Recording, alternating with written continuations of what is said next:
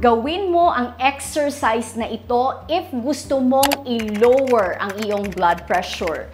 It would only take you 3 or 4 minutes po, but believe me, the benefits can be profound.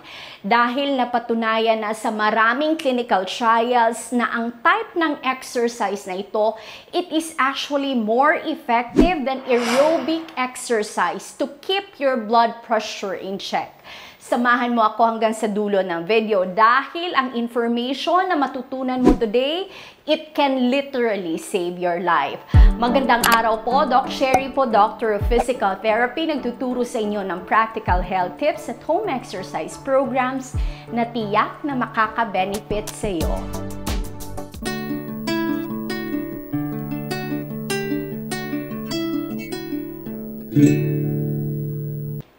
Ang normal blood pressure reading po is lower than 120/80 mm mercury.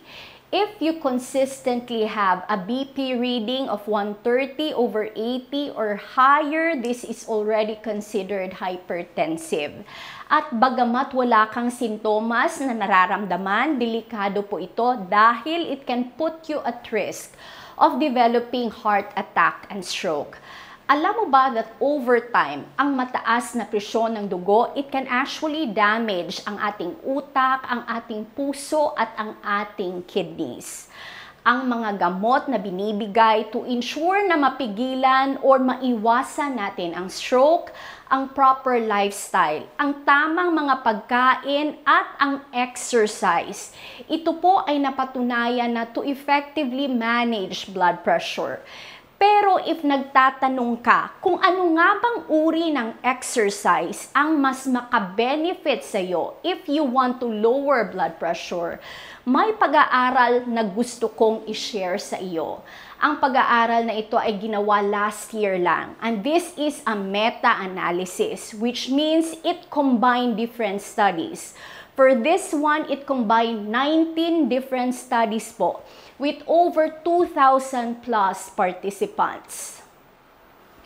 Ang purpose ng study or pag-aaral na ito was to check kung ano nga ba ang epekto ng iba't ibang uri ng exercise sa ating blood pressure. At napatunayan nga sa pag-aaral na ito na ang aerobic exercise like when you go jogging or when you go swimming plus isometric exercise, mabisa ito to help manage blood pressure. However, here is the twist. Dahil napatunayan sa pag-aaral na ito na mas epektibo pala ang isometric exercises as compared to aerobic exercise if ang gusto mo is to help lower your blood pressure. When we talk about isometric exercises po, these are type of exercises wherein your muscles are in tension or they are contracting. However, wala pong galaw or walang movement na nagaganap. Example of this is when you push against a wall. Your muscles are working hard po pero ang iyong katawan, it is standing still. Mamaya, tuturuan kita ng 3 isometric exercise na pwede mong gawin sa iyong bahay. Bakit nga ba kailangan mong subukan ang isometric exercise if you want to lower your blood pressure? Isometric exercise po had been proven that it directly works sa inner lining ng iyong ugat. This will help with proper blood circulation which in turn can help lower blood pressure. Na-validate na ito including sa Journal of Hypertension. Even gripping exercise, mabisa ito na nakakababa ng blood pressure. With isometric exercise, mas maka-expect ka din ng shorter time for you to experience the benefits of lower blood pressure as compared to its effect with aerobic exercises. Lastly, isa din ito magandang option, especially for those na nakakaranas din ng joint pain. Halimbawa, ang may pananakit ng tuhod or may mobility issues. Para sa ating mga pasyente who are in bed or who are in a wheelchair, makakatulong po ang exercise na ito sa inyo. Ito ang gagawin mo sa bahay para mapababa ang iyong blood pressure. Do planking. With plank, it is like you're having a push-up pero you rest sa iyong elbows. Then make sure po na naka-align ng straight ang iyong ulo, ang iyong katawan at ang iyong paa. You maintain this position sa loob ng 1 minuto or as far as you can tolerate. Next, you will do wall slides po. With wall slides, you will stand with your back against the wall. Then you try to lower ang iyong katawan. It's as if nakaupo ka sa isang invisible na chair. With this type of exercise, you are isometrically contracting po ang iyong quadriceps at lower leg muscles. Mabisa ito to lower your blood pressure. Keep this position sa loob ng 1 minuto or as far as you can tolerate.